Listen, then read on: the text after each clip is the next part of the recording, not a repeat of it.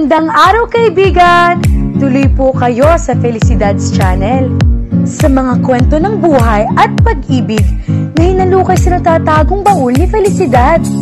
Pero bago po tayo magpatuloy, huwag niyo pong kalilimutan na i-like ang video, i-subscribe ang channel, at i-click ang notification bell para lagi kayong updated sa mga parating pa na upload.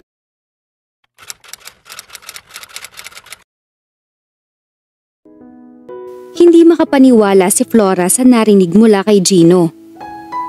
Pinagpapanggap mo akong girlfriend mo? Pag-uulit niya sa sinabi nito. You heard me. Bakit? Girlfriend mo na si Shula, di ba? Hinawakan siya nito sa braso at inakay siya sa garden set na nakatago sa ilalim ng metal arbor na nakatayo sa isang panig ng hardin. Minsan ko nang naisip na pakasalan si Shula noon. Simula nito nang makaupo na sila. Pero pagkatapos ng ginawa niya, nagdadalawang isip na ako ngayon. Bakit hindi ka makipag-break sa kanya at humanap ka ng ibang babae na mas magugustuhan mong pakasalan kaysa sa kanya? Hindi mo kilala si Shula. Mabait lamang siya kung hindi siya naaagarbyado o natatalo. Tiyak na masasaktan ng ego nun kapag sinunod ko ang sinasabi mo. If that happens, I'm sure she will make my life a living hell. Kapag pumayag ako sa gusto mong mangyari, tiyak na magagalit yun sa akin. Baka buhay ko naman ang gawin niyang impyerno. I don't think so. Kung ang ipapalit ko sa kanya ay isang babaeng hindi nalalayo ng social status sa kanya, makakanti ang ego niya. Tiyak nga na magagalit iyon at gagantihan ako dahil sa pakikipag-break ko sa kanya. Huwag mo sana ikagagalit. Pero kung tulad mong mas mababa sa social standing niya ang ipapalit ko sa kanya, pagtatawanan lamang niya ako. Hindi kasi iyon magiging challenging sa ego niya. She will be happy to get rid of me and will start looking for my replacement. Baka naman nagkakamali ka lamang ng assessment. Tura niyang napapakunot noo. Boyfriend ka niya at hindi naman siguro kayo magkakaroon ng relasyon kung hindi ka niya mahal. Malay mo, may valid reason pala kung bakit hindi ka niya dinalaw noong maaksidente ka. Bakit hindi mo muna alamin bago ka gumawa ng isang hakbang?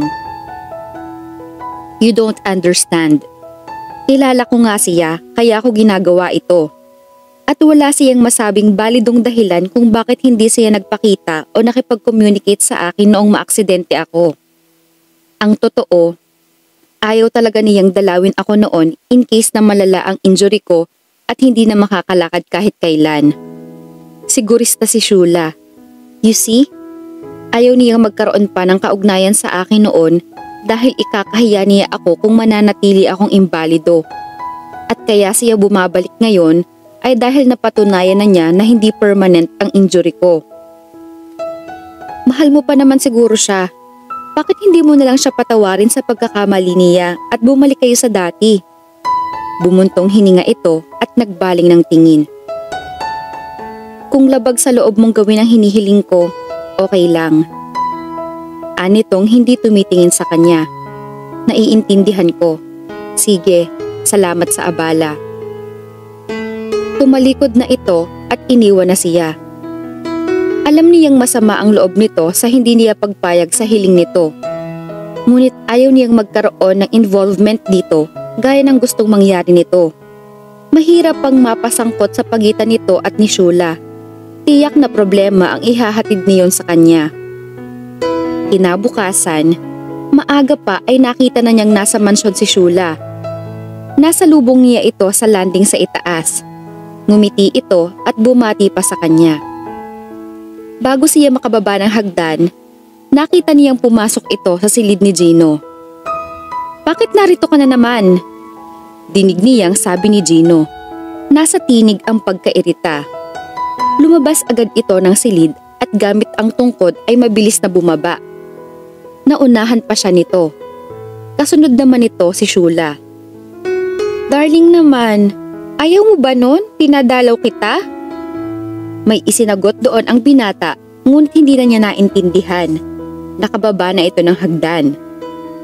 Nakabalatay sa mukha nito ang pagkayamot. Nagtuloy siya sa study room. Wala ngayon si Dan kaya siya ang magte-therapy kay Sir Eduardo. Alam nyo, Sir Ed, hindi ko maintindihan ang anak nyo. Aniya rito habang sinisimulang galawin ang mga joints nito sa paa. Siya na ang sinusuyo ng girlfriend niya, siya pa ang nagpapakipot. Ngumiti ito bago nagsalita. Si Gino sa akin. Ganoon din po ba kayo noon kay Inay Clotty? Lumawak ang ngiti nito at bahagyang umiling. Mahal ko, Clotty. Kung mana sa inyo si Gino, di sana nagkaayos na sila ni Shula. Di niya mahal Shula. Nagkibit balikat siya.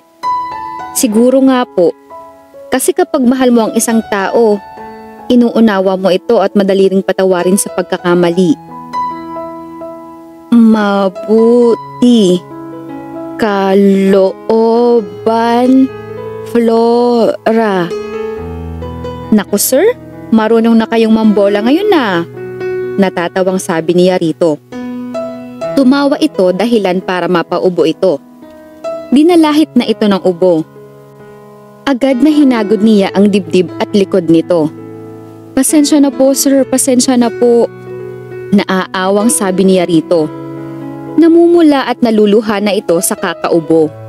Nang mahimasmasan ito ay inihanda kaagad niya ang suction apparatus. Buka lang po ng bibig. Aniya nang iumang ang suction tip sa bibig nito. Kaunting tiis lang po sir. Hanggang maaari ay ayaw sana niyang gawin iyon dito. Naduduwal kasi ito at naaawa siya dahil nahihirapan ito.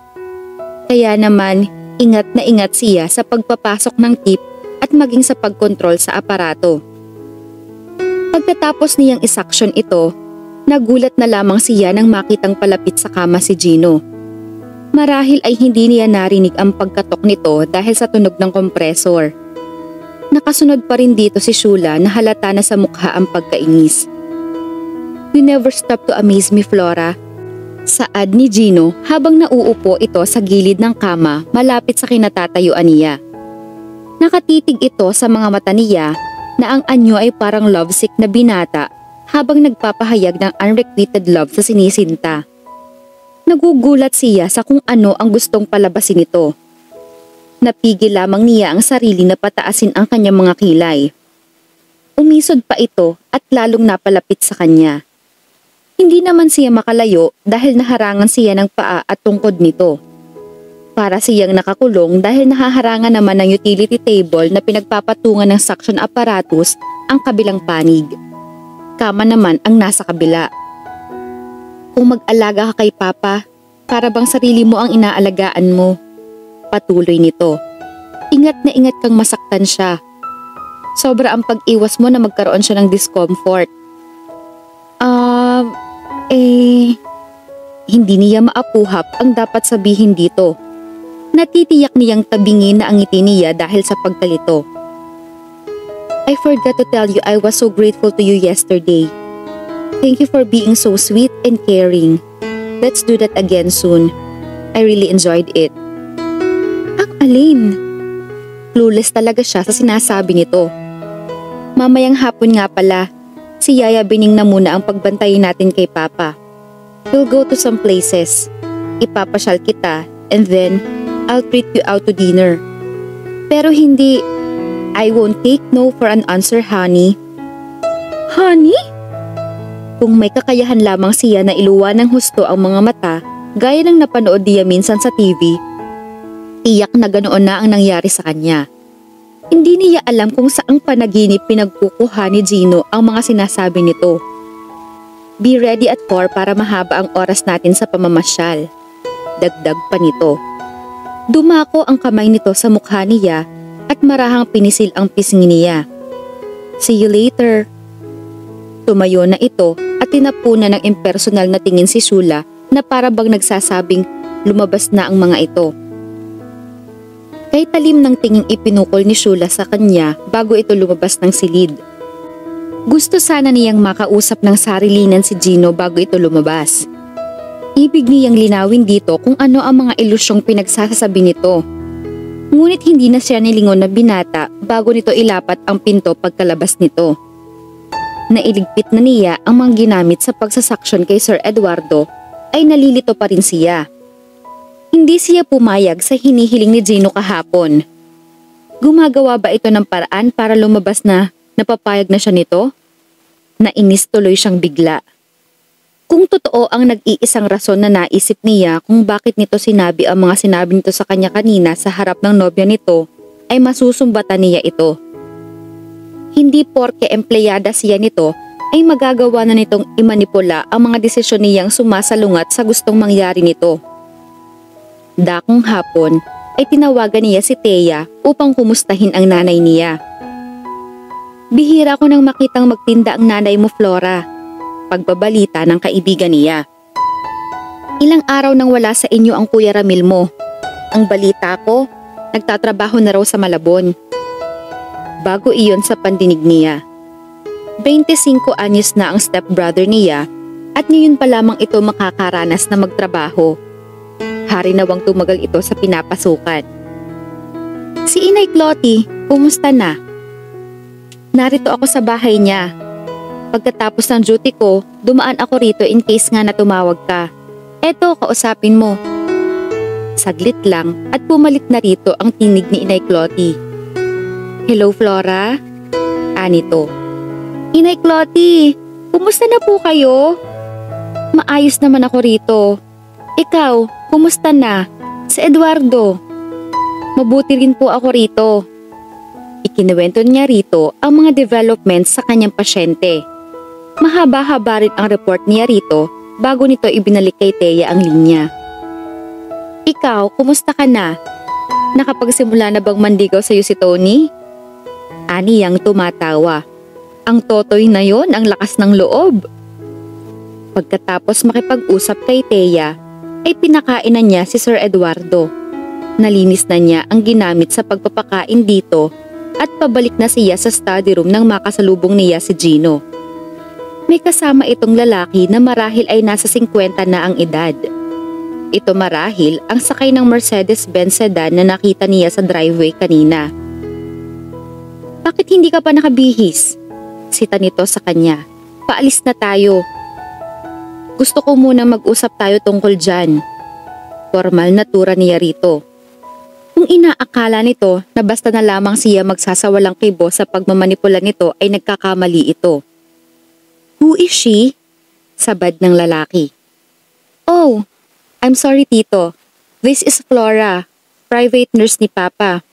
Flora, si Tito Amado, family friend at business associate. Pagpapakilala sa kanila ni Gino.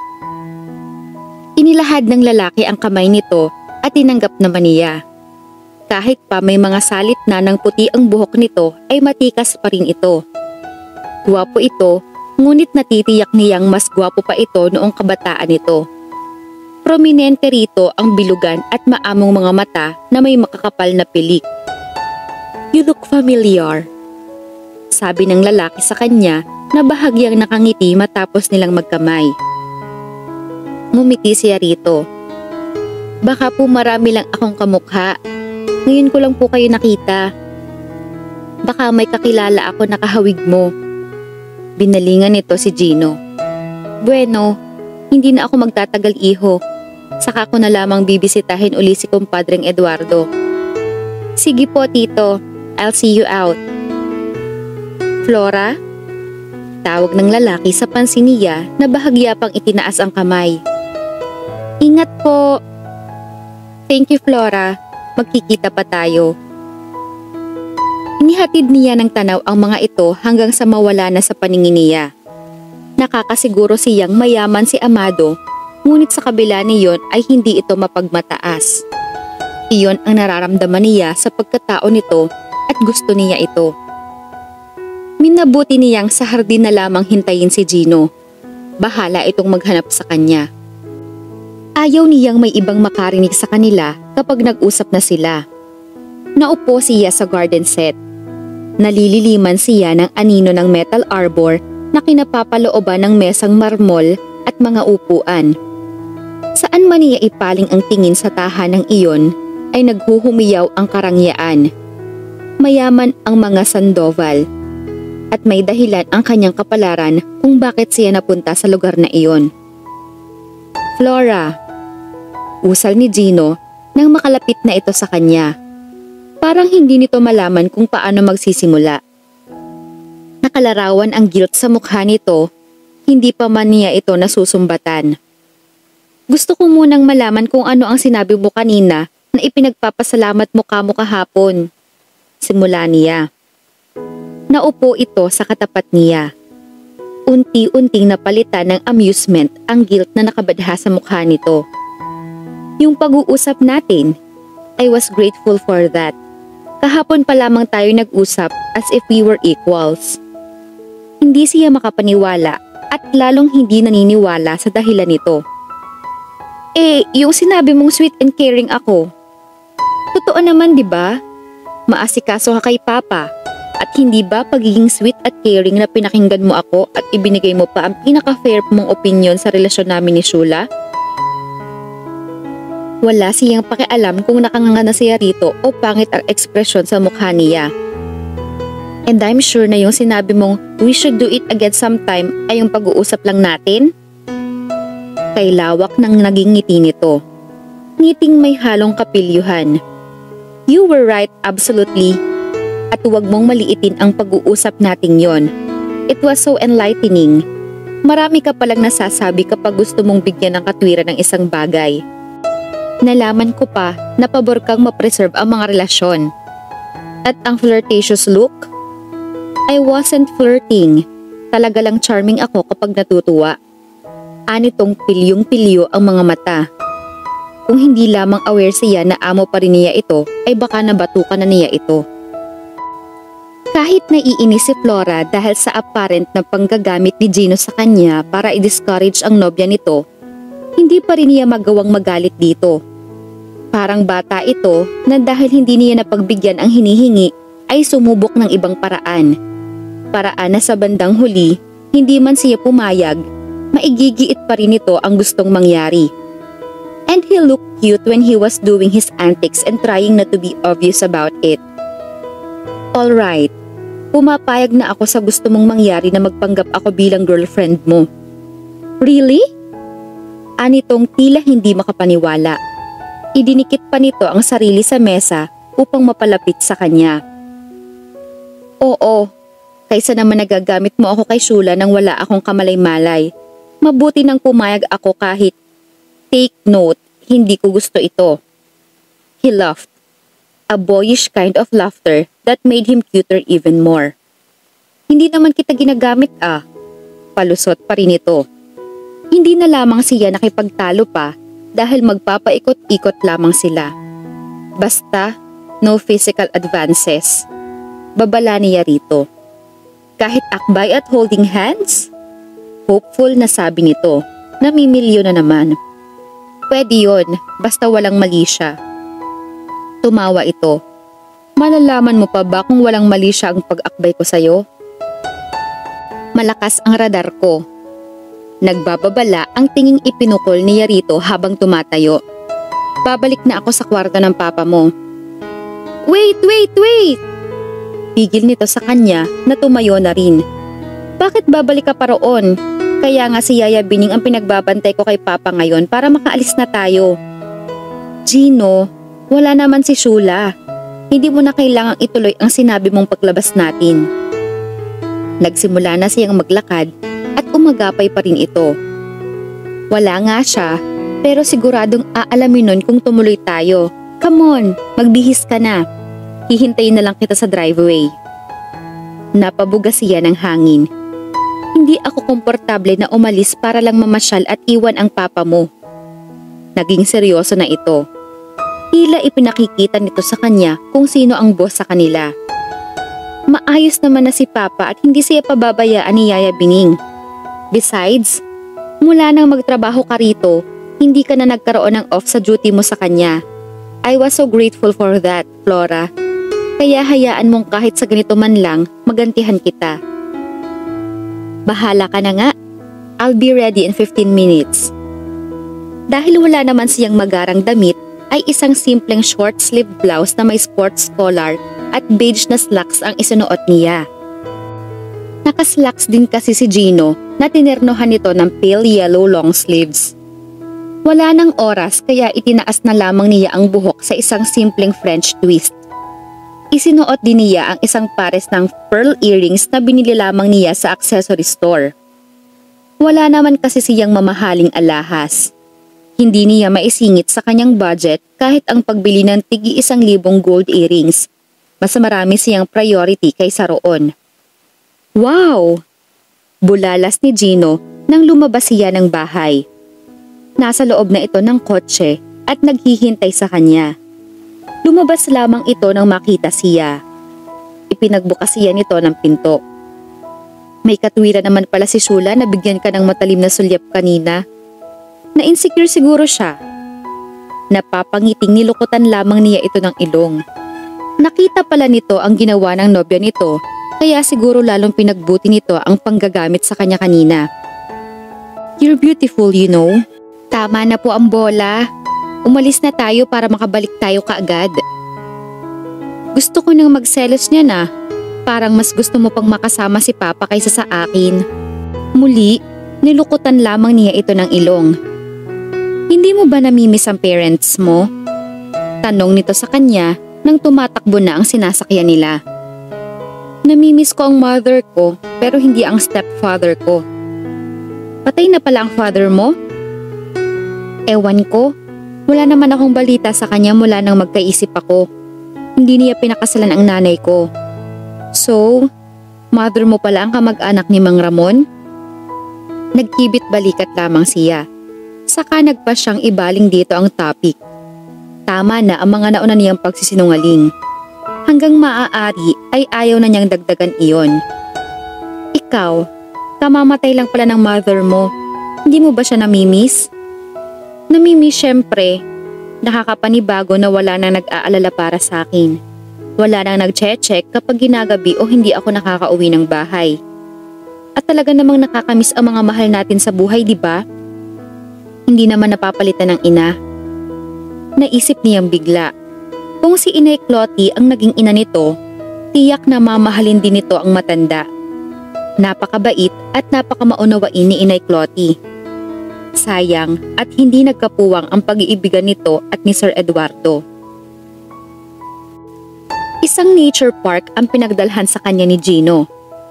Malapit lamang iyon sa Santa Ynez, kaya lumulubog pa lang ang araw nang makarating sila roon.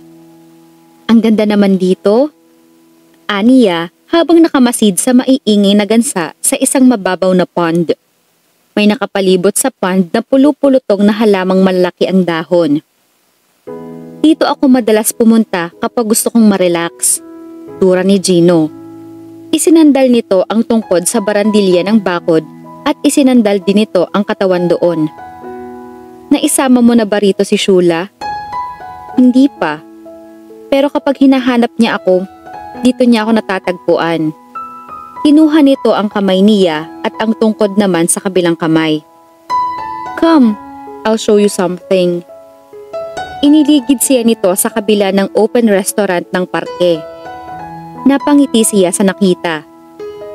Orchidarium iyon na ang bukana ay hitik sa makukulay na rare breed ng orchids. Ang gaganda! Bulalas niya. I know you love them. Sayang at malapit ng dumilim. Marami ka pa sanang makikitang view rito. Next time, umaga tayo pupunta rito para malibot natin. Thank you. Nakangiting baling niya rito. Nakatingin naman ito sa kanya gaya ng tingin nito kanina na para itong lovesick na teener. Will you stop doing that? Aniyang napapailing. Ang alin? Pagmamaang-maanga naman ito. Yang tingin mo. Ano ba ang problema sa tingin ko? Ngingisi-ngisi ng tanong nito. Flirtatious na naman ang tingin mo. Lalo pang pinapungay nito ang mga mata sabay akbay sa kanya. Bakit? Affected ka na ba? Hay naku Gino, hindi mo dapat ginagawa yan sa akin kung wala naman si Shula. Wala kang mapapala. Malay naman natin, meron pala. Ewan ko sa'yo. Paingos na sabi niya, sabay alis ng braso nito mula sa balikat niya. Humakbang siya patungo sa mas malawak na bahagi ng orchidarium. Marami ring magagandang bulaklak doon. Alin sa mga yan ang pinakagusto mo? Tanong nito sa kanya na sumunod din kaagad. Yung sandara at saka katleya. Ang gaganda ng petals, di ba? Oo, alam ko na ngayon kung bakit lagi ka sa garden. Mahilig ka pala sa mga bulaklak. May tao bang ayaw makakita ng bulaklak? Malay mo naman meron. Lagi namang may exception sa rule, di ba? Sandali pa silang nanatili roon bago siya ni Yaya ni Gino pabalik sa open restaurant. Doon na rin pala sila maghahapunan. Tahimik ang paligid maliban sa malayong palahaw ng mga gansa at huni ng mga ibon na nagsisibalik na sa kanilang mga pugad. Masasalamin sa paligid ang pagbabagong kulay ng langit, pati ang dapyo ng hangin ay lumalamig na rin. Kaya naman, hindi na siya tumutol nang muli siyang akbayan ni Gino. Kaya ba hindi ka agad pumayag na magpanggap na girlfriend ko ay dahil may boyfriend ka na? Usisa nito matapos silang mag-order. Wala akong boyfriend. Os? Hindi naniniwalang sabi nito. Hindi ka naman pangit. Porke ba pangit wala nang karapatang magka-boyfriend? Hindi naman sa ganon. Kaya lang, yun ngang iba na pangit dala-dalawa pa ang boyfriend eh. Kung uso yun sa aming mga babae, lalo na sa inyong mga lalaki. Aminado naman ako. Kaya nga hindi ako makapaniwalang wala kang boyfriend dahil maganda ka naman. Wala pa talaga dahil kung mayroon, hindi mo ako mapapapayag sa gusto mo. Well, mabuti naman pala at wala. Nakangiting sabi nito. Kumakain na sila nang dumating si Shula. Mas mukhang klase ito ngayon. Elegante ang suot nitong casual top at capri pants. Nakakapit ito sa braso ng isang gwapong lalaki na kasing elegante rin ito. Look, napalitan ka na yata ni Shula. Aniya kay Gino. Sa tingin niya ay parang naiinis ito sa nakita. As I've guessed, he said dryly. Darling, sa iba na lang tayo mag-dinner? Dinig nilang sinabi ni Shula sa kasama nito. May nakita akong dating boyfriend sa tabi-tabi. Baka magselo sa'yo ang ex ko. Sinamahan pa nito ng mahinang tawa ang sinabi. Bago naman makaalis ang mga ito ay dumaan muna sa mesa nila na parang nagpaparayaw pa. I'm sorry. Aniya kay Gino nang wala na ang dalawa. Nag-angat ito ng tingin sa kanya na tila nagtataka kung bakit siya nagsosorry. Sorry for what? Sa ginawa ngayon ni Shula, hindi ka ba nasasaktan na makitang ibang lalaki na ang kasama niya? Well, siguro ang tamang term ay nakakayamot. Hindi na siya kumibo. Hindi nga yata talaga nito mahal ang nobya nito. Ito noon niya sa pagkain ang pansin. Ito man ay ganoon din ang ginawa. Nang matapos sila, siya na ang nagyayang umuwi. Tell me Flora, kung nagkataon ba na ang boyfriend mo ay naaksidente at naging imbalido, makikipag-break ka ba sa kanya? Napatitig muna siya kay Gino. Nasa kotse na sila noon at pauwi na. Sa tanong nito, sa tingin niya ay nasaktan nga ito sa ginawa ng nobya nito. Kung mahal ko siya, hindi siguro. Pakakasal ka pa rin sa kanya kahit hindi kanya mabibigyan ng anak at hindi na siya makakapag-perform sa kama? Malala kaya ang naging injury nito? Impotent na kaya ito? May katwiran naman pala si Shula na hindi magpakita rito noon. Kung siya kaya ang nasa kalagayan ng babae, hindi rin kaya niya gawin ang ginawa nito? I see, hindi ka na makasagot. Ibig sabihin lang no na hindi ka rin naiiba kay Shula. Nasaktan man sa akusasyon nito ay mahinahon pa rin siyang sumagot. Huwag mo naman sana akong husgahan. Hindi ikaw ang may karapatan sa magiging sagot ko. Ang magiging boyfriend ko na kung sakasakaling magiging imbalido ang may karapatan doon. Again, kung mahal ko siya, pakakasal ako sa kanya kahit hindi niya ako mapapaligaya sa sexual na aspeto o mabibigyan ng anak. Habang buhay ang magiging sakripisyo mo kung sakali. Hindi 10 o 2 taon lang. Makaya mo kaya iyon? Alam mo, ang pinakamataas na antas ng pagmamahal ay hindi na matatawag na sakripisyo.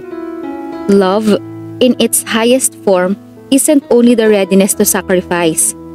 Real love is when the sacrifice can no longer be called a sacrifice but a joy. Ngumiti na ito bago sumulyap sa kanya. Masasabi mo pa kaya yan after 5 years o so na kayong kasal at may irresistible temptation na nakaumang sa iyo? Mr. Sandoval, Sir, there is no such thing as irresistible temptation. Balik niya ritong napapangiti na rin. Lahat ng tukso ay may paraan para paglabanan. Nasasabi lang ng iba na irresistible iyon kung hindi lalayuan ng mismong tinutukso. Tiningnan lamang siya nito na parang imposibleng mangyari ang sinasabi niya. Besides, patuloy niya, kapag nagpakasal na ako, sumumpa na rin akong mananatiling mamahalin ang asawa ko sa hirap at ginhawa, sa karamdaman at sa sakit hanggang kamatayan. Hindi lang sa asawa ko ako sumumpa, kundi sa Diyos mismo the moment I took that step of a lifetime commitment. It was a vow and it goes without saying that no matter what happens, I am bound to fulfill it. Ang nananatiling tapat lang sa vow na sinasabi mo ay yung mga couple na hindi dumaan sa mabibigat na temptations. Of course not. Lahat ng tao ay may kanya-kanyang trials at temptations base sa kanyang kapasidad na ibinigay ng Diyos. Kaya lahat iyon ay mabibigat pero depende nga sa kapasidad nila. Iniignora lang ng iba ang kapasidad nila kaya sila napapahamak. At kung minsan ay nagiging mayabang sila sa pagharap sa mga challenges sa buhay kaya sila nadadapa. Kung magsalita ka, para bang malinaw na naiintindihan mo ang utak at workings ng Diyos. Wala akong ganong claims. Baka nga wala pa sa average ang IQ ko. Ang naiintindihan ko lang, ibinigay niya sa atin ang paraan, depende sa ibinigay rin niyang kakayahan para magtagumpay sa temptations. At the same time, hinahayaan din niya tayong dumaan sa trials para manatili tayong humble at dependent sa Kanya, knowing na alam niya ang pinakamabuti para sa atin. Nanahimik na ito, kaya nanahimik na rin siya hanggang makabalik na sila sa mansyon. Salamat sa pagpapasyal mo sa akin sa park. Aniya kay Gino bago sila maghiwalay. Salamat din sa masarap na dinner. It's not the way to thank me properly. Anitong Pilyo ang pagkakangiti. E paano? Ganito. Sa isang mabilis na kilos ay nagawa nitong sakupin ang kanyang mga labi. Nagkamali ka siguro ng positioning noong i-therapy mo si Sir Eduardo kaya sumakit ang pigi at hita mo. Siguro nga, sagot ni Flora kay Dan. Katatapos lang nitong i-therapy ang matanda. Nasabi niya rito ang nararamdaman ng punahin nito ang pag-ika niya sa paglalakad. Alangan kasi ang posisyon ko roon sa kaliwa niya dahil hindi ko siya naiisod sa kanan ng i-therapy ko siya kahapon. Dumapa ka rito. Utos ni Dan sa kanya na ang tinutukoy ay ang makitid na cut na hinihigaan niya kapag may dinaramdam si Sir Eduardo at kailangan niya itong samahan sa gabi. Sinunod niya si Dan. Naramdaman niyang itinukod nito ang siko nito sa kanyang pigi. Ilang sandaling diniin-diinan nito iyon. Maya-maya, naramdaman niya ang pagpasok sa silid ng mga yabag. Natitiyak niyang kay Gino ang mga iyon dahil sa taguktok ng tungkod nito. Naramdaman niyang naupo ito sa armchair na madalas na upuan nito. Good morning, Sir Gino. Bati rito ni Dan. Hindi niya narinig na gumanti ng bati ang binata. Mukhang hindi maganda ang mood nito. Hanggang sa nang mariing tinutunto na ng hinlalaki ni Dan ang likod ng hita niya, ay hindi pa rin nagsasalita si Gino. Saglit pa at tinapos na ni Dan ang ginagawa. Pinabangon na siya nito. May ituturo akong exercise sa'yo, sabi ni Dan. Nasulya pa na niya ang seryosong anyo ni Gino kaya hindi na lamang niya ito binati. I-demonstrate ni Dan sa kanya ang sinasabi nitong exercise, ngunit hirap siyang sundin iyon. Dapat siguro may hahawak sa akin para hindi ko maisunod sa paggalaw ang balikat ko. Aniya pagkatapos ng ilang subok. Oo, mas madali nga kung may hahawak sa'yo. Saglit pa at nagpaalam na ito. Nagpasalamat naman siya rito at inihatid na niya ito sa labas. Pagbalik niya ay nasa study room pa rin si Gino. Madilim na ang mukha nito. "Hindi ko gustong hinahawakan ka ng laking yon," sabi agad nito pagkasara niya ng pinto. Mula nang una siyang halikan nito ay umaakto na itong parang may relasyon na sila kahit wala naman silang napag-uusapan. Madalas na siyang lambingin nito, ipasyal, bigyan ng bulaklak at ng kung ano-anong maisipan nito. Madalas din siyang nakawan nito ng halik. Hindi naman niya maintindihan ang sarili kung bakit sa simula lamang niya nagagawang tumutol. Dahil kapag nagpipilit ito, ay nawawala na siya ng lakas para pigilan ito. "Hinilot lang ako ni Dan," sagot naman niya. "Wala sa kanya yon. Ako na ang maghihilot sa'yo mula bukas." "Hindi na kailangan. Ituturo ko na lang kay Yaya Bining. Sa kanya na lang ako magpapahilot bukas." Nagsalubong ang mga kilay nito. "Siguro, mas gusto mong ang Dan na yun ang humawak sa'yo kaya sa akin ano?" Hindi na nito nahintay ang sagot niya. Mabilis na tumayo ito at lumabas ng silid. Napailing na lamang siya. Nahihiya siya kay Sir Eduardo dahil gising ito at napakinggan sila ni Gino. "Selos," anito sa kanya, nakangiti. Napaisip tuloy siya. Kung tutuusin ay wala namang karapatan si Gino na magselos. Ngunit maghapon itong hindi nagpakita sa kanya, kaya naman kinabukasan ng umaga ay nagulat siya nang katukin siya nito sa kanyang silid. Katatapos lamang niya pakainin noon si Sir Eduardo at minabuti niyang linisin muna ang kanyang silid. "Bakit?" tanong niya rito nang iawang niya ang pinto. Formal ang anyo nito. "Let me in." Napilitan siyang papasukin ito sa loob. "Alright, mahiga ka na at hihilutin kita." Utos nito matapos isara ang pinto. Magpoprotesta pa sana siya, ngunit ang anyo nito ay tipong hindi maaaring salungatin ang gusto. Dumapa nga siya sa kama. Naramdaman niya ang siko nito sa kanyang pigi, ngunit hindi nito nasentrohan ang parteng masakit. Pinigilan niya ito. "Hindi naman dyan dito."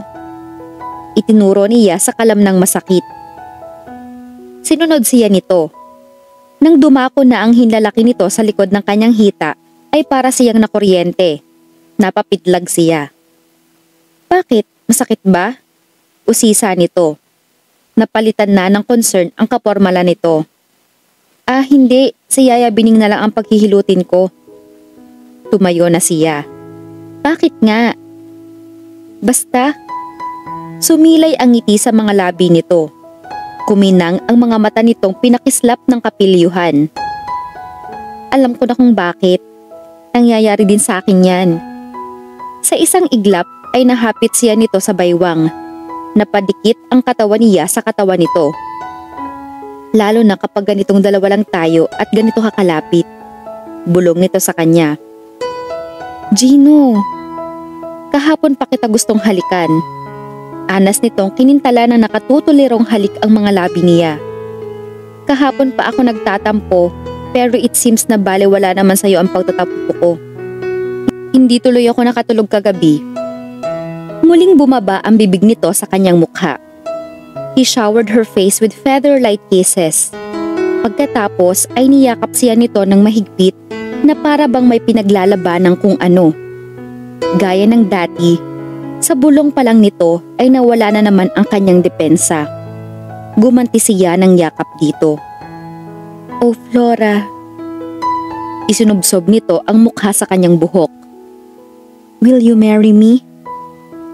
Napakala si Flora mula sa pagkakayakap kay Gino. Daig pa niya ang nabagsakan ng bomba sa kanyang tabi. Tila nabingi siya sa sinabi nito. "Why? Alam mo ba kung ano yung sinabi mo?" Namamangha pa ring sabi niya. "Oo naman, I just asked you to marry me." Hindi niyo nabawasan ang pagkamangha niya. "Pero bakit?" "Bakit?" Tanong nito tila ibig matawa kung bakit ipinagtataka pa niya iyon. "Ano bang nakakapagtaka roon? Nagkakagustuhan naman tayo." Oo nga naman, ngunit nagsisimula pa lamang sila. Hindi pa nga niya tiyak sa sarili kung pagmamahal na nga ang nararamdaman niya rito o simpleng atrakasyon lamang. But the mere fact that this dashing, gorgeous, passionate man was proposing to her was enough to bring her to tears. Pinigilan lamang niya ang sarili na mapaluha. Gino, hindi mo pa ako lubos na kilala. Marami kang hindi alam tungkol sa akin. Baka bawiin mo ang proposal mong yan kapag nakilala mo na ako ng husto. Ngumiti na ito. Oh no honey, I trust my heart. It says you are the one. Muling sinakop nito ang bibig niya. She clung to him. Nalulunod na siya sa paraan ng paghalik nito. Para siyang pumapaimbulog sa kalawakan sakay ng mga ulap. Ngunit sinikap niyang bumalik sa ibaba at ituntong ang kanyang mga paa sa realidad.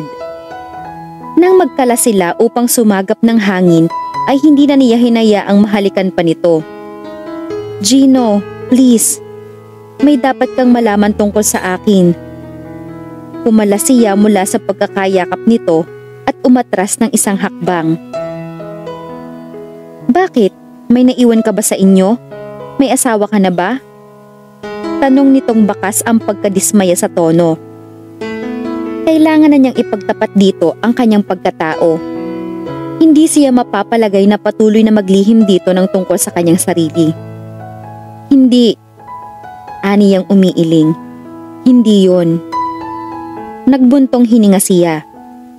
Mahirap palang sabihin na hindi totoo ang isang bagay na kinasanayan mong gawin. Hindi ako totoong nurse. Ang mga papeles ko na ibinigay sa iyo ni Tito Ramon ay pekeng lahat. Noon lamang niya naisip na kakabit ng pagpapanggap niya ay ang lihim naman ni Inay Clotty. Hindi pa rin pala niya maipagtatapat ang lahat kay Gino. Mabilis siyang umisip ng dahilan upang pagtakpan ang tungkol kay Inay Clotty. Bakit? Untag ni Gino na saglit na pananahimik niya. Formal na naman ito. Dahil kailangan ko ng trabahong malayo sa amin. Sawa na ako sa kalupitan ng stepfather ko at ng anak niya. At least, totoo ang parting iyon. Ang sabi ni Tito Ramon, hindi ka raw papayag na ang mag-aalaga sa papa mo ay hindi isang lisensyadong nurse. Iba ang kurso ko at hindi pa ako tapos sa kolehiyo kaya napilitan akong magpanggap. Pero bakit marunong ka ng trabaho ng isang nurse? Dahil pangarap ko talagang maging nurse. Nurse ang best friend ko at madalas niya akong isama tuwing maa-assign siya bilang private nurse sa labas ng pinapasukan niyang ospital. Madalas din akong magbasa ng mga libro niya, magpaturo at magtanong sa kanya. Katagalan, naging nurse aide niya ako. Marami na kaming naalagaan na katulad ng kaso ng papa mo. Muli siyang nilapitan nito. Nakangiti na. Ikinulong siya nito sa maluwag na yakap. Don't worry yourself about that, honey. Napatunayan mo na mahusay ka at nagtapat ka naman agad. It doesn't matter to me. Nakahinga siya ng maluwag sa sinabi nito. Salamat. Do I have to remind you how to thank me properly? Nanunuksong wika nito habang bumababa sa mukha niya ang mga labi nito. Muling ipinalasap nito sa kanya ang isang nakatutulirong halik. Mabuti naman at sa iyo na nabaling ang pagtingin ni Gino. Nahihiyaman ay ngiti ang iginanti ni Flora sa sinabi ni Yaya Bining. Kapwa sila nasa study room. Naggagansilyo ito at siya naman ay naghihintay ng oras upang pakainin at painumin ng gamot si Sir Eduardo. Katutulog pa lamang nito matapos niyang praktisin na naman sa pagbigkas ng mga salita. Gusto nang mag-asawa ng batang iyan. Iyon ang nararamdaman ko sa kanya nang minsang tanungin niya ako kung pasado na sa akin si Shula. Dangan nga lamang at hindi naging mabuting nobya kay Gino ang babaeng iyon. Bueno, ako naman hindi nakikialam kung sino ang magustuhan niya. Pero natutuwa ako at ikaw na ang mahal niya ngayon. Maswerte sa'yo si Gino. Yaya Bining, noon po bang ipanganak si Gino ay narito na kayo sa mansyon? Naisip niyang itanong dito. Abay oo. Bago pa magsimula sina Sir Eduardo at Ma'am ay katulong na ako ni Don Elpidio. Siya ang kamamatay lang na ama ni Sir. Lampas 1 buwan lamang ang pagitan ng kamatayan nila ni Ma'am. Niligawan po ba ni Sir Eduardo ang naging asawa niya? Mataman siyang pinagmasdan nito na sukat na ikinailang niya. Bakit mo tinatanong? Kasi po, minsan, narinig kong kinakausap ni Gino ang papa niya. Tinatanong niya rito kung ano ang lihim nito, ng mama niya at ng kanyang mga lolo. Nagtataka raw siya kung bakit hindi niya nakitang minahal ni Sir Eduardo ang mama niya. Ibinalik uli nito ang pansin sa ginaganchilyo. Hayaan na lang natin sila sa kanilang mga sekreto. Hindi para sa atin ang makaalam sa buhay ng ating mga amo. Sinulyapan siya nito. Iyon ang susi kaya hanggang ngayon ay narito pa rin ako. Hindi naman na siya nag-usisa pa. Mukhang wala rin siyang impormasyon na makukuha rito. Sobrang loyal nito sa mga amo nito. Ngunit natitiyak niyang marami itong alam tungkol sa mga Sandoval. Bandang hapon ay may dumating na bisita sa mansyon, si Amado. Wala pa si Gino kaya nagtuloy ito sa study room. Kinumusta nito si Sir Eduardo. Sumigla ang matanda nang kwentuhan ito ni Amado. Nakabantay siya sa isang sulok ng silid kaya nakikita at naririnig niya ang mga ito. Kung minsan ay nagtatawanan pa ang mga ito. May kalahating oras yatang nag-usap ang dalawa bago nagpaalam ang bisita. Nagtaka siya nang lapitan siya nito. Flora, gusto sana kitang makausap kung maaari. Anito sa kanya. Bakit po? Pwede bang sa labas na tayo mag-usap? Sige po. Sumunod siya nang giyahan siya nito sa hardin. Habang naglalakad sila, malaking katanungan sa kanya ang sasabihin nito. Minsan lamang sila nagkita at wala siyang maisip na dahilan upang kausapin siya nito. Tungkol po ba saan ang sasabihin niyo? Hindi na nakatiis na tanong niya rito. Hinintay muna nitong makaupo sila sa garden set bago ito sumagot.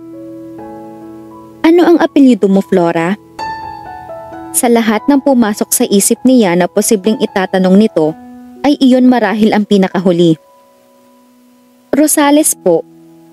Nagtataka pa ring sagot niya. Nagkaroon ng kislap ng interes ang bilugang mga mata nito. Ilang taon ka na? 23 po. Nagbaling ito ng tingin, sabay buga ng hangin na parang natensyon itong bigla. Muli itong tumingin sa kanya pagkuwan. Ang mother mo ba ay si Virgie Rosales? Kilala niyo ang nanay ko? Oh God! Bulalas nito, sabay sapo sa sariling mukha. Lalo tuloy siyang naguluhan.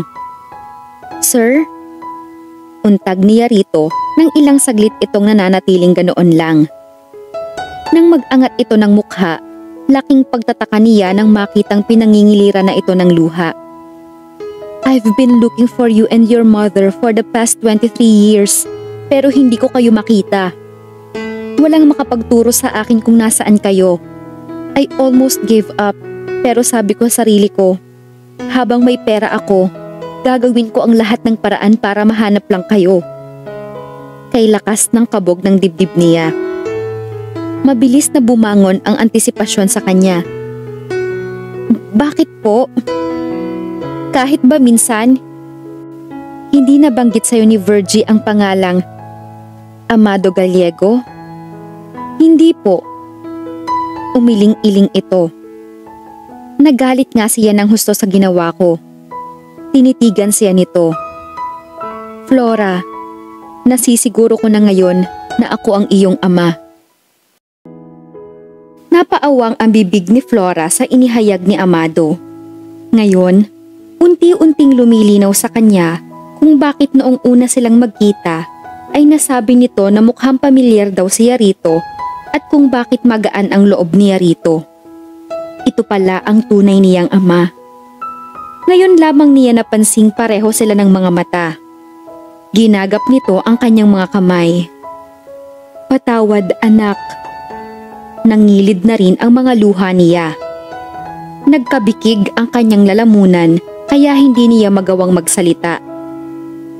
Mali pala ang akala niya noon na wala itong pakialam sa kanya. Matagal na pala siyang hinahanap nito. Sila ng nanay niya. Nagkamali ako nang magdesisyon ako na huwag panagutan si Virgie dahil hindi ko pa kayang bumuhay ng pamilya noon. Ayaw sa kanya ni Papa. Wala naman akong trabaho para buhayin kayo. Si Papa ang humahawak ng aming mga negosyo. Umaasa lang ako noon sa sustento ng mga magulang ko. But after a while, nanaig ang pagmamahal ko sa inyong dalawa. Kaya binalikan ko kayo. Pero wala na si Virgie sa dating tirahan niya. Walang makapagsabi sa mga kamag-anak niya kung nasaan na kayo. Halos halughugin ko ang buong Iloilo para lang hanapin kayo. I was devastated. Naantig siguro ang puso ng lolo mo kaya pinilit niyang makabangon ako. Tinuruan niya ako sa mga negosyo namin. Unti-unti na niyang ipinagkatiwala ang mga iyon sa akin. Nang mamatay si Papa, umalis ako ng Iloilo. Napadpad ako rito sa Santa Ines dahil na rin sa negosyo. Sino mag-aakala na dito pa kita makikita? Mabuti na lamang pala ay nakita ko ang larawan ng iyong ina na nahulog sa kama ni Eduardo sa minsang pagbisita ko sa kanya. Hindi ako pinatulog niyon. Ngayon lang ako naglakas loob na harapin ka. Kaya pala nawawala ang larawang iyon ng kanyang ina. Naalala niyang ipinakita niya iyon kay Sir Eduardo habang ikinukwento niya rito ang kanyang ina. Naiwan niya iyon sa silid nang bigla siyang tawagin ni Yaya Bining dahil may phone call siya noon. Sa totoo lang, ay ngayon lang uli niya naalala ang nawawalang larawang iyon ng kanyang ina. Nang ibuka nito ang mga bisig, naglahong bigla ang kimkim na hinanakit niya para dito. Sapat na sa kanya ng mga sandaling iyon ang maikling paliwanag nito para mapatawad niya ito. Nagpakulong siya sa yakap nito at pinalaya sa dibdib nito ang mga luha ng pangungulila sa isang ama. You will call me Daddy from now on. Anitong dinampi-dampian ng panyo ang basang pisngi niya. Daddy. Sa wakas ay may matatawag na siyang ama. Mula nang maliit siya ay pinangarap na niya iyon. Na lumitaw ang isang taong matatawag niyang Tatay, Papa o Daddy. Ngunit sa pagdaan ng mga taon, unti-unti nang lumabo ang kanyang pangarap. Hindi niya inaasahang matutupad pa rin pala iyon. Pawi na ang iyak niya nang dumating si Gino. Gino, iho, gusto ko sanang isama sa bahay si Flora ngayon. Sabi rito ng kanyang ama. Ihahatid ko rin siya mamaya. Mamaya na tayo mag-usap. Napansin niya ang pagkalito sa mukha ni Gino. Saglit na nagpalipat-lipat ang tingin nito sa kanilang mag-ama bago sumagot. Kayo po ang bahala, tito. Mansyon din ang bahay na hinintuan ng Mercedes-Benz sedan na sinakyan nilang mag-ama. Nakatirik iyon sa may isang ektaryang solar na katabi ng nag-iisang executive subdivision sa Santa Ines. At dahil malawak ang lote, ay malawak din ang hardin. Well-manicured ang lawn na nalalatagan ng bluegrass. May nakita pa siyang garden swing. Nang bumaba na sila, bago sila pumasok sa main door, ay pinigilan niya ang kanyang ama. Bakit anak? Anito. Mabait po ba ang asawa at mga anak nyo? Natawa ito. Wala akong kasama rito. Hindi ako nagkaasawa, kaya ikaw lang ang anak ko. Hindi niya alam kung ikatutuwa o ikalulungkot iyon. Kahit ngayon pa lang niya nararanasan, alam niya kung gaano kalungkot ang mag-isa. Sa kabilang banda, nakagaan sa loob niya na wala pala siyang stepmother na pakikisamahan. Ipinakilala siya ng daddy niya sa mga katulong. Pagkatapos ay inikot siya nito sa mahahalagang bahagi ng mansyon. Baka raw kasi gabihin na sila ay hindi pa niya nalilibot ang lahat ng sulok ng napakalaking bahay. Natuwa siya sa napakalaking kitchen at sinabi niya rito na iyon ang pinakapaborito niya roon. Talagang sa iyo nga ang kitchen na ito, anak. Mahilig ka bang magluto? Napalingon siya sa nakangiting ama niya. Napakanatural dito na bigkasin at tawagin siyang anak. Hindi na naman niya maiwasang pangiliran ng luha. Naaalarmang niyakap siya nito. Bakit, anak? Alam niyo ba na noong unang panahon umaasa ako na makikilala ko pa ang tunay kong ama? Natuto ako ng maraming bagay.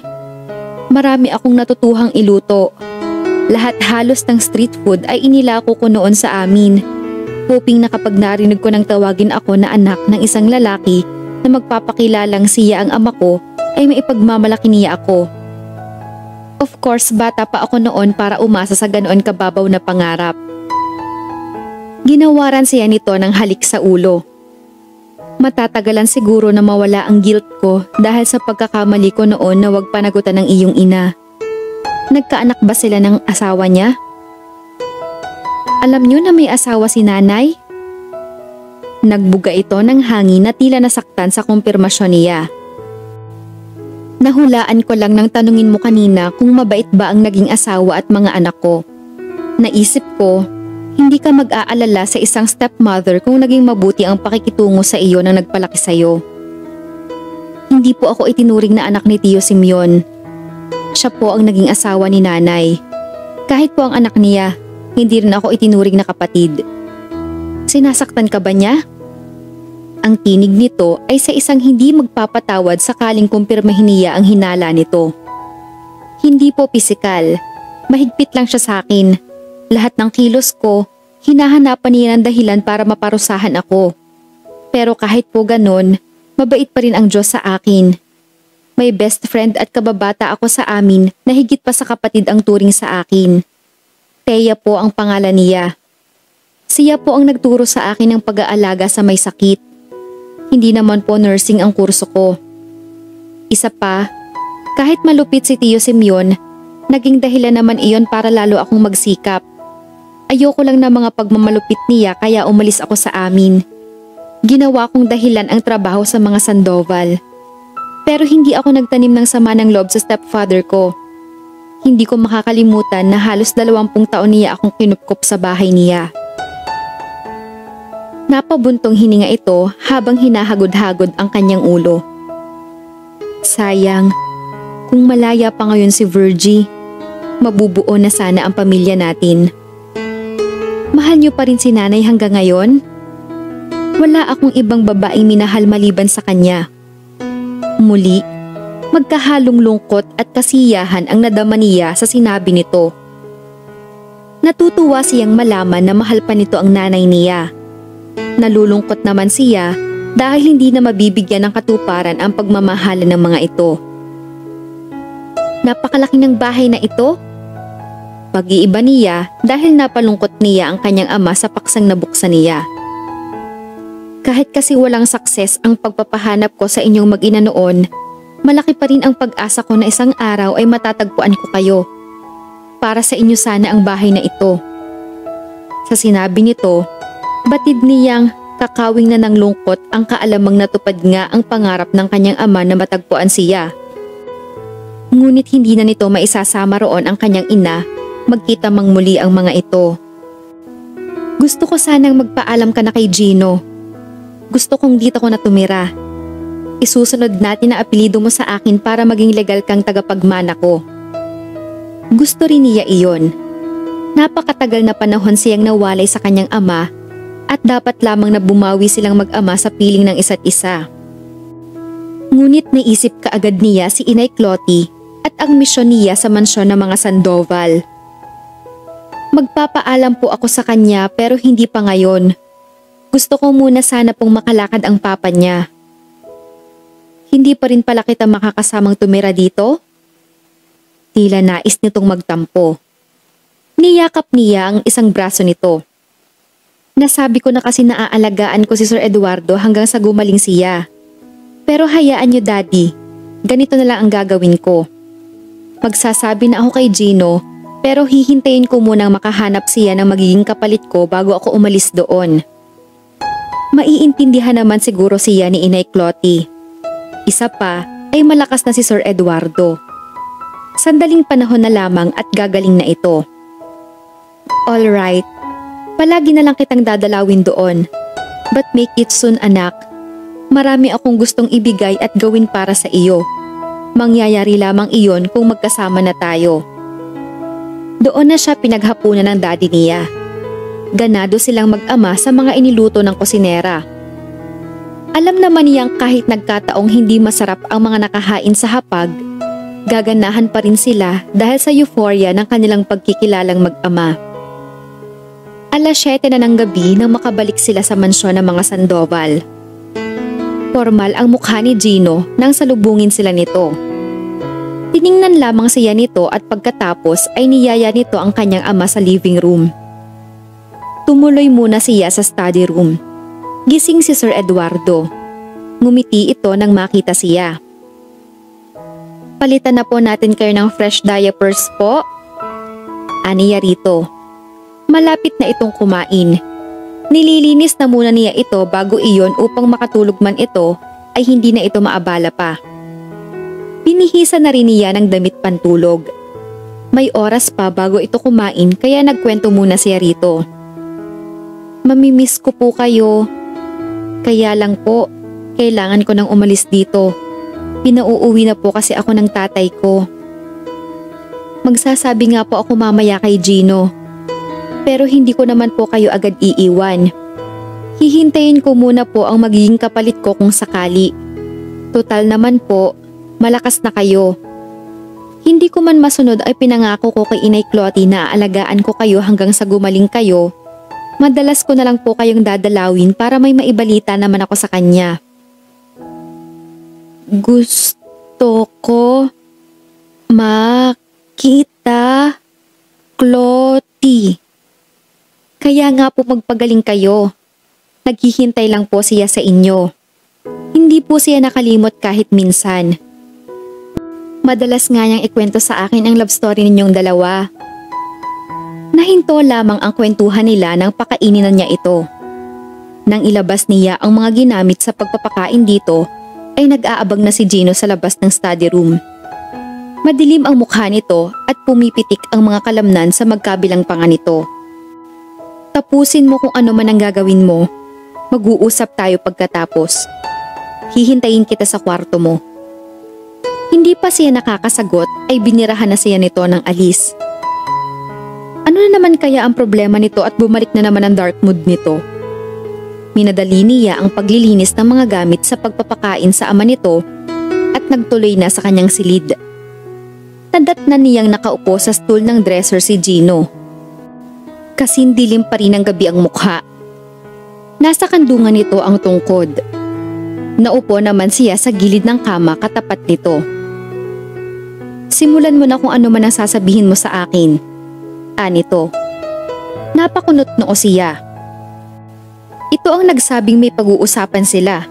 Pero bakit siya ang tinatanong nito? Say it. May sasabihin ka, hindi ba? Pero bakit hindi mo masabi ngayon? Ang sabi mo kay Papa kanina magsasabi ka na sa akin, so say it. Nanlaki ang mga mata niya sa sinabi nito. Narinig nito ang pag-uusap nila ng ama nito. Pinauuwi ka na kamo ng tatay mo kaya kailangan mo nang umalis. Anitong may himig na ng pang-uuyam. Ang sabi mo sa akin noon, hindi mo alam kung nasan ang tunay mong ama at stepfather lang ang mayroon ka. Alin ba talaga ang totoo? Hindi niya magawang magsalita sa pagkabigla. Ang akala ko, ang pagpapanggap mo lamang bilang nurse ang inilihim mo sa akin. Napatawad kita roon dahil napatunayan ko na mahusay ka namang mag-alaga. Pero sorpresa ng mga sorpresa, marami ka pa palang itinatago sa akin. Dapat ay nagduda na ako nang una tayong magkita. Nanlilimahid ka noon. Malayo sa hitsura ng isang totoong nurse. Pero dahil sa rekomendasyon ni Mang Ramon, hindi ko kinwestiyon ang hitsura mo noon sa hitsura mo nang una kang tumungtong dito. Ang totoo, alam ko namang peke ang mga papeles na ibinigay niyo ni Mang Ramon sa akin. Hindi na lamang ako nag-react dahil alam ko na hindi niya ipapahamak si Papa. Nagkamali ako. Dapat pala ay inusisa kita. hindi na sana tayo umabot pa sa ganito. And take note, si Tito Amado na nakilala kong walang hilig sa babae, ngayon ay nagkaka-interest na rin sa'yo. At base sa mga narinig kong sinabi mo kanina, premeditated ang pagpasok mo bilang nurse ni Papa. Kilala mo na pala siya noon pa. At sino si Clotty? Nasaan siya? Ano ang alam mo sa kanila ni Papa? Gusto niyang ginawin sa kalamigan ng pagtrato nito ngayon sa kanya sa kabila na nagbabaga sa galit ng mga mata nito. Hindi ko pwedeng sabihin sa iyo ang tungkol kay Inay Clotty kung nasaan siya. Ang papa mo ang higit na may karapatang magsabi sa iyo kung sino ito sa buhay niya. Huwag ka lang sanang magpadalos-dalos. Ayaw nating matrigger ang panibagong stroke sa kanya. Nagbuga ito ng hangin na tila pikang-pika. At si Tito Amado, sa kanya ka ba makikisama kapag umalis ka rito? Oo, pero nahinto siya nang biglang umahon ito mula sa kinauupuan at inisang hakbang lang ang kinaroroonan niya.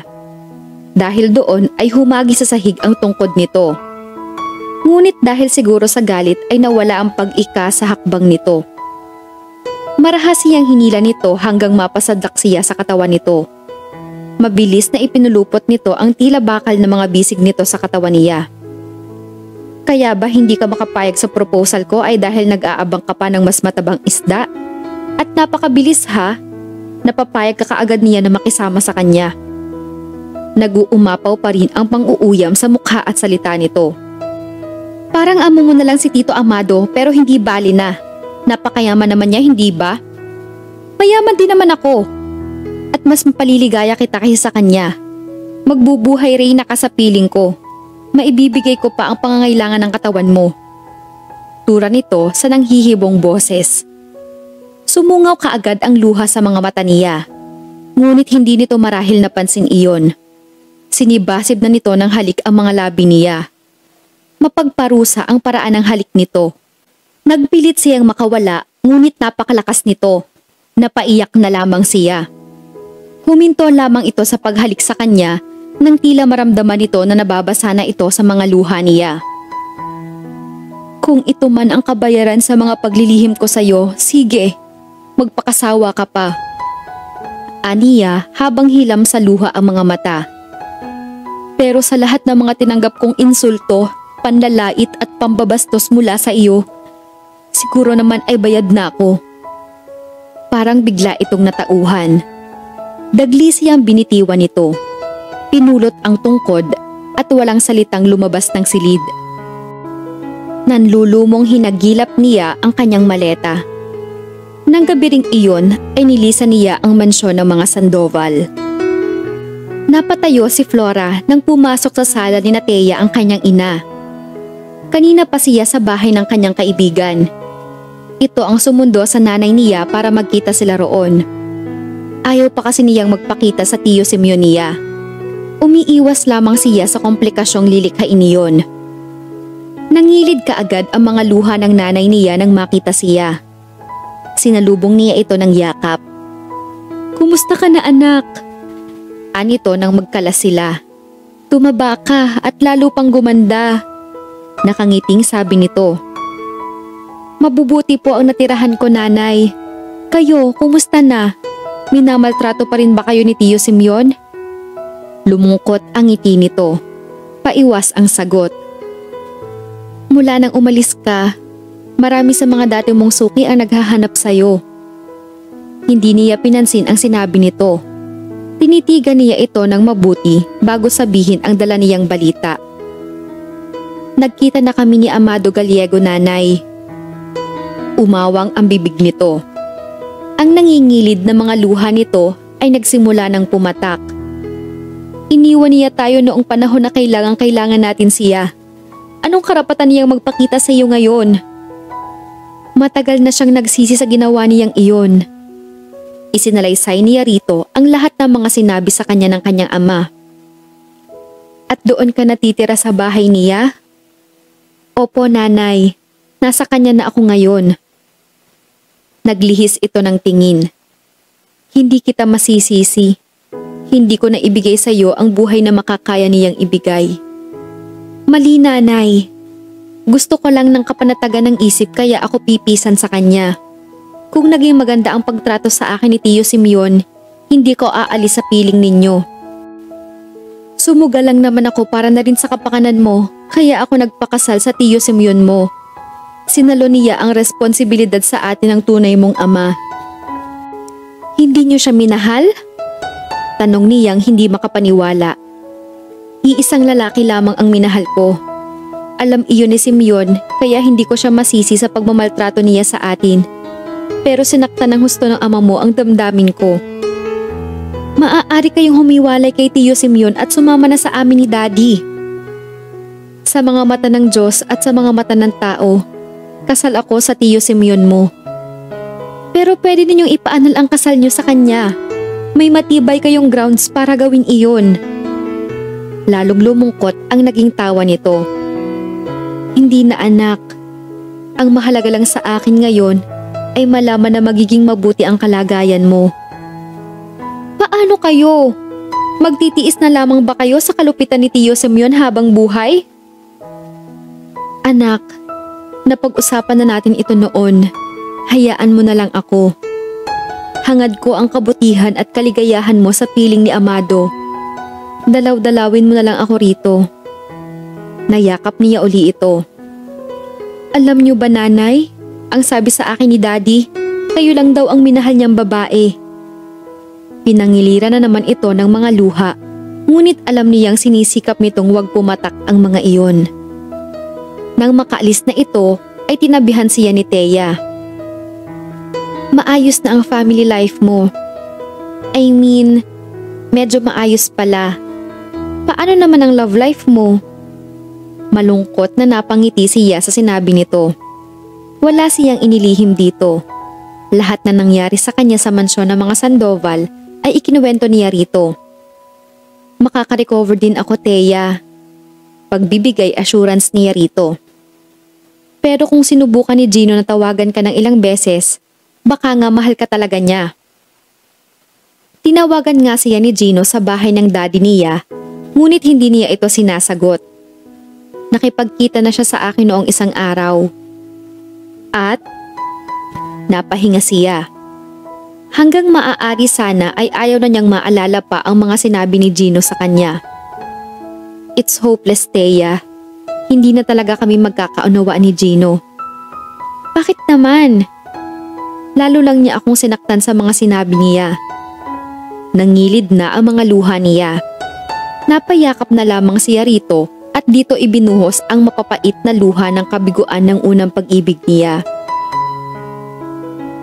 Gusto kitang makausap, Gino. Napalingon siya sa kanyang ama. Umunat siya mula sa pagkakasandal sa malaking puno na nasa likod bahay nila. Malakas na ito at nakakalakad na gamit ang tungkod. Mabagal, ngunit hindi na ito gaanong bulol magsalita ngayon. Siya man, sa tulong ng therapy ay hindi na paikang maglakad. Hindi na siya gumagamit ng tungkod. 6 na buwan na ang nakararaan mula nang umalis dito si Flora.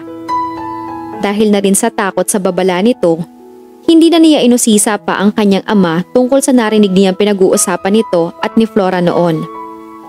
Makailang ulit niyang tinawagan ang dalaga sa bahay ni Tito Amado, ngunit ayaw siyang kausapin nito.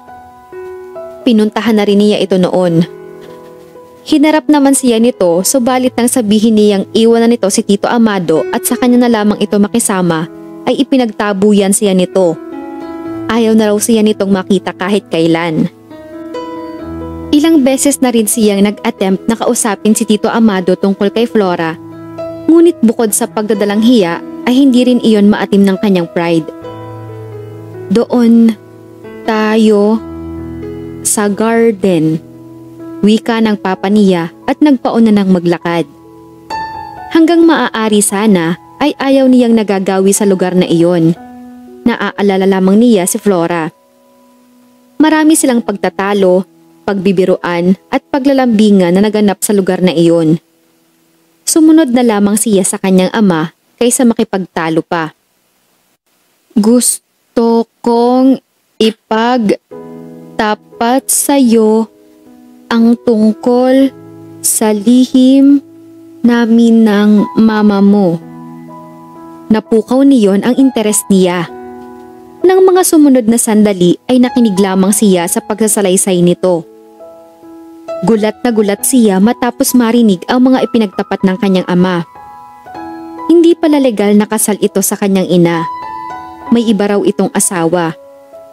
Tutol daw ang lolo Elpidio niya sa napangasawa nito, kaya nagplano ito at ang lolo niya sa mother's side upang tuluyang mapaglayo ang dalawa. Dahil may lihim na pagmamahal ang ina niya sa papa nito, madali raw napapayag ito at naisagawa ang plano. Planong bandang huli ay siya ang ibinunga. Nang mabuntis daw ang kanyang mama, pinilit daw ng kanyang mga lolo na pakisamahan ng kanyang papa ang mama niya.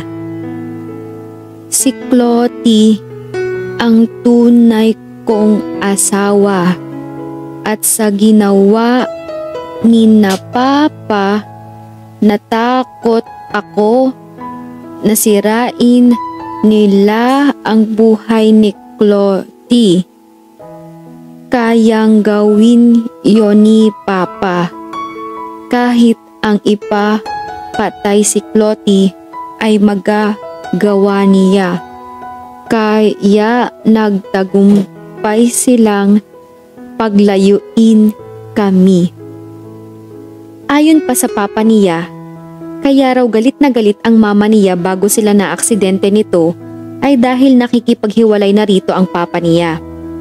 Hinintay lamang daw ng papa niya na mamatay ang makapangyarihan niyang si Lolo Elpidio bago ito nagpasya ng ganoon.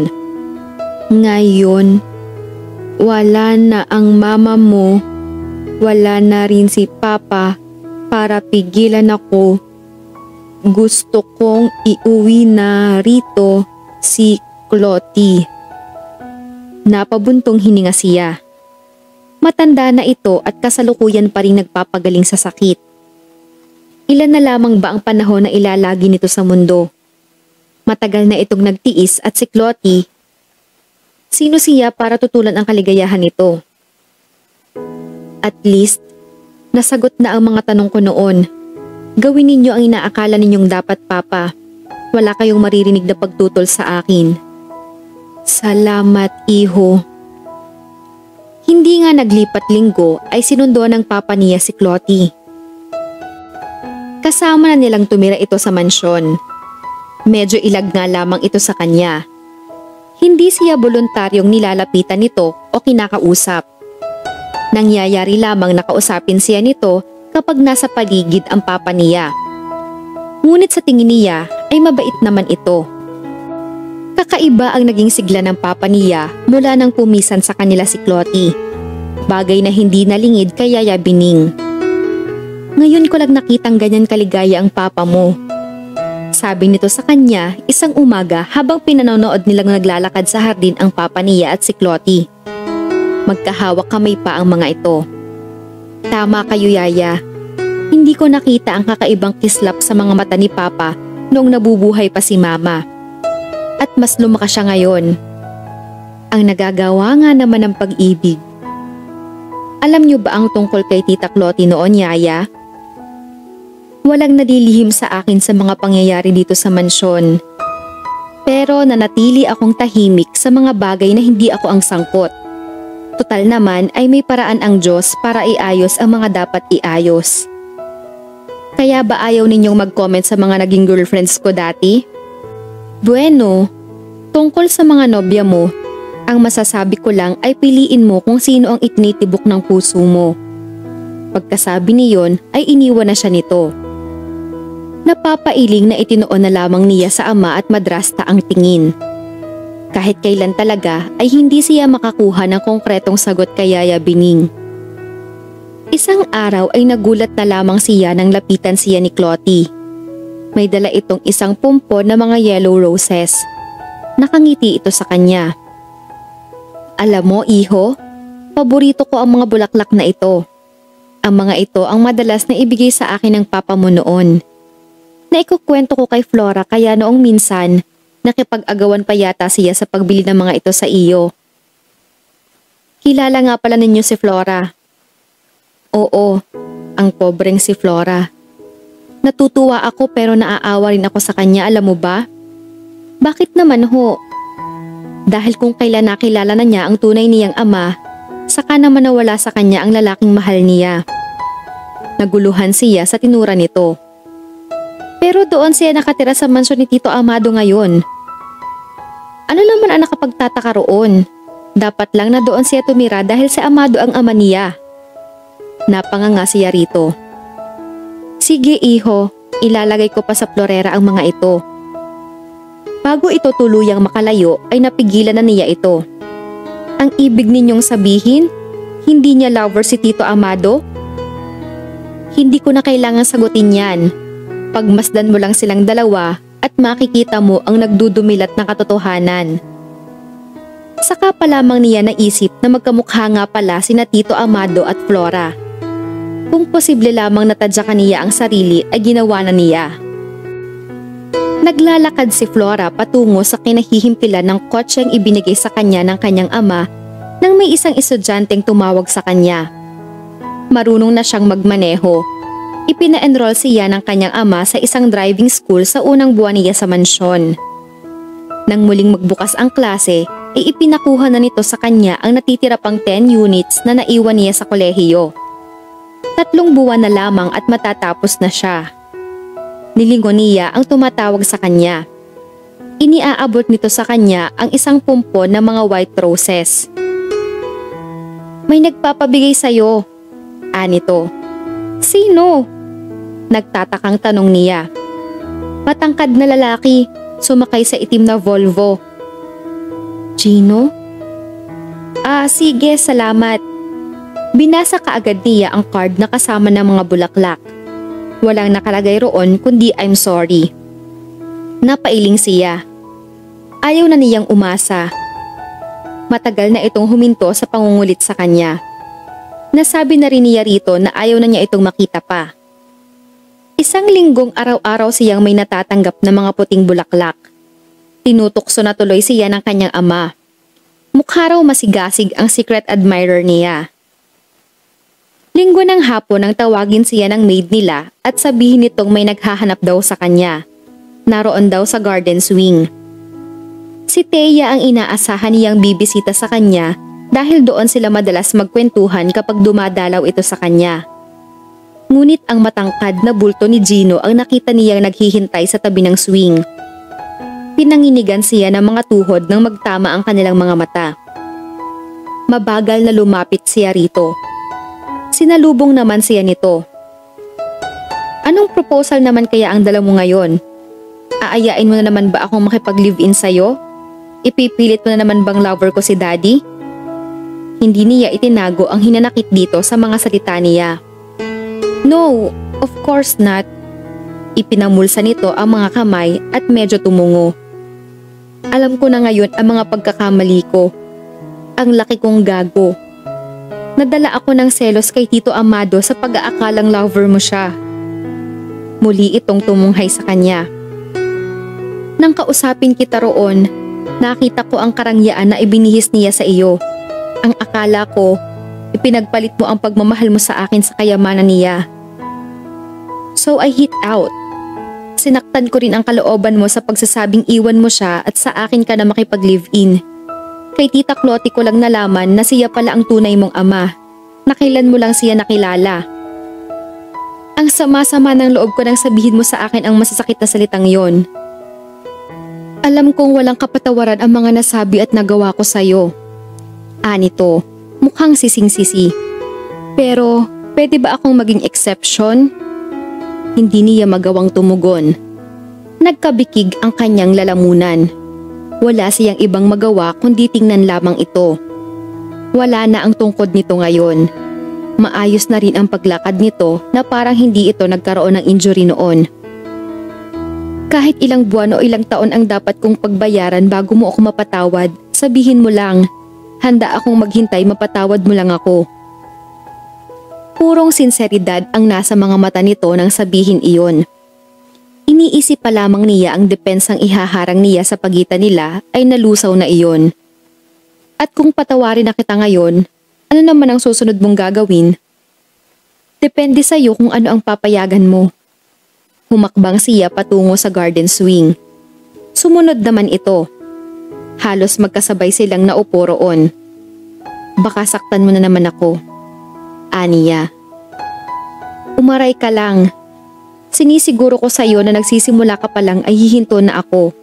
Mag-iisip at aalamin ang punot dulo. Flora, I've learned my lessons the hard way. Dahil sa pagsiselos, pagdududa at kawalan ko ng tiwala sa'yo, nagdusa ako ng husto sa loob ng mahigit 6 na buwan. Ayoko nang maulit yon. Hindi ako nangangako lang. Gagawin ko ang lahat mapatawad mo lang ako. I'm sorry, Flora. I'm really truly sorry sa lahat ng pambabastos, pagbibintang at pananakit ko ng damdamin mo. Mukha namang sinsero ito sa mga sinasabi. At dahil talaga yatang hindi niya kayang tiisin ang lalaking ito, kapag ganoon nakalala ang pagtitika ay pinatawad na niya ito. Alright, I forgive you. Salamat. Anitong maluha-luha. Gumalaw ang mga kamay nito na tila hahawakan siya, ngunit hindi pa man iyon nakakalapit ay binawi rin kaagad nito iyon. Thank you so much. Pwede ba akong dumalaw uli sa iyo bukas? Muntik na siyang matawa.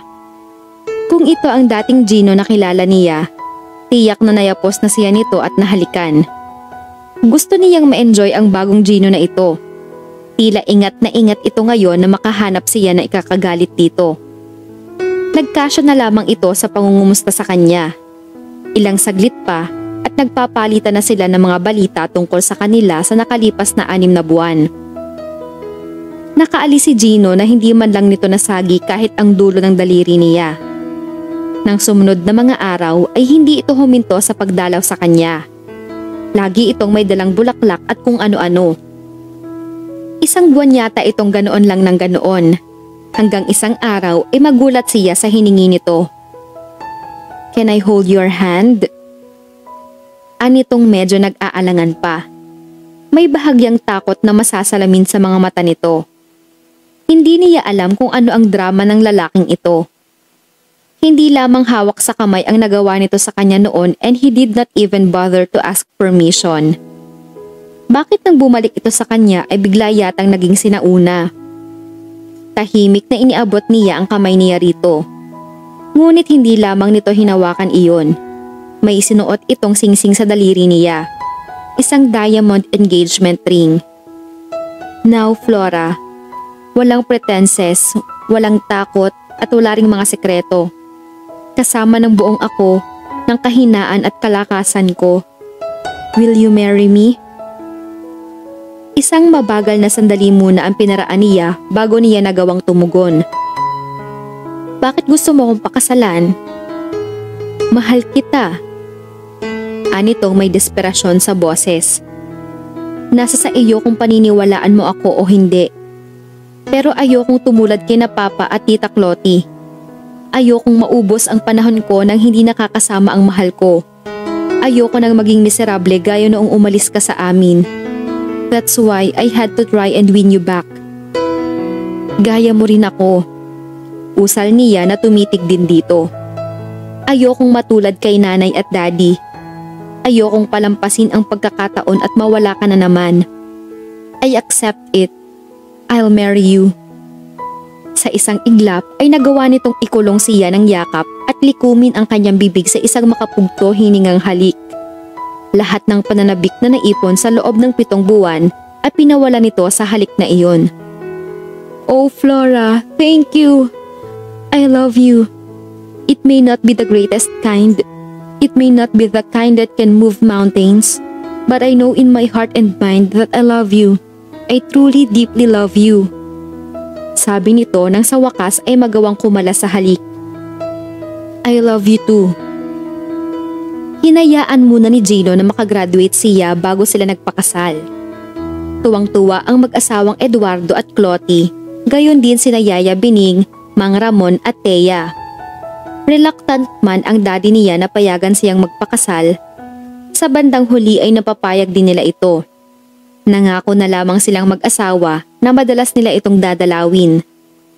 Batid niyang maligaya ang nanay niya para sa kanya, ngunit hindi na yata maaalis pa ang perpetual na lungkot sa mga mata nito. 5 buwan pagkatapos nilang maikasal ni Gino, nabalitaan na lamang nila na namatay sa isang vehicular accident si Tio Simeon. Kahit paano ay nalungkot siya sa nangyari. Sa kabila ng kalupitan nito, matagal na panahon din na ibinahagi siya nito sa pamilya nito. Ngunit kasabay sa pagtatabo ng hukay dito ay ang pagbangon ng panibagong pag-asa sa dibdib niya para sa kanyang ina at tunay na ama. Maaaring hindi pa ngayon, ngunit natitiyak niyang liligaya rin ang mga magulang niya sa malapit na hinaharap. Sabi nga ng salmista, "Commit your way to the Lord, trust also in Him, and He shall bring it to pass." Sa tinagal-tagal ng pananalangin ng daddy niya, dininig din ng langit ang dasal nito. At dahil na rin siguro sa pagiging martir ng nanay niya, sa wakas, pagkatapos ng 1 taon, ay nakamtan nito ang happy ever after kasama ang kanilang buong pamilya. Muli na namang natapos ang isang napakagandang kwento ng pag-ibig. Maraming salamat sa lahat ng mga sumusubaybay. Patuloy tayong magsama-sama sa mga susunod pang mga kwento.